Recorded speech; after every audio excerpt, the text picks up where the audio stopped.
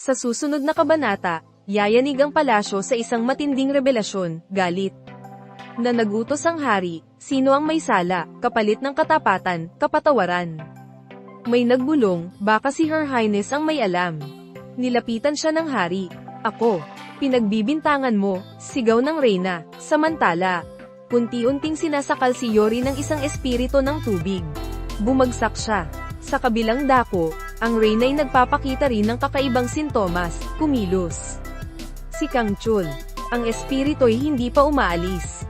Target nito, ang anak sa sinapupunan ng reyna. Tanong niya sa hari, trono mo, o anak mo, walang oras. Nagtayo sila ng patibong.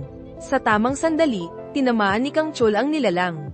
Tumahimik ang lahat, ngunit imbes na tagumpay, nagdulot ito ng mas matinding tensyon, nagkatitigan. Ang hari at si Kang Chul. Hanggang sa magising si Yori. Tumayo siya, humakbang. Isang salita lang, nawala ang unos, sino? Ang tunay na kaaway, ang espiritu, o ang mga lihim ng palasyo?